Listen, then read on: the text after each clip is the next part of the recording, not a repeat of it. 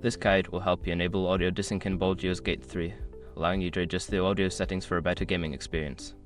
Follow these steps to make the necessary changes. Step 1. Access game settings. Launch Baldur's Gate 3 and navigate to the main menu. From there, select the Options or Settings tab to access the game's configuration settings. Step 2. Locate audio settings. Within the Options menu, find the Audio section. This is where you can adjust various sound settings, including volume levels and audio synchronization options.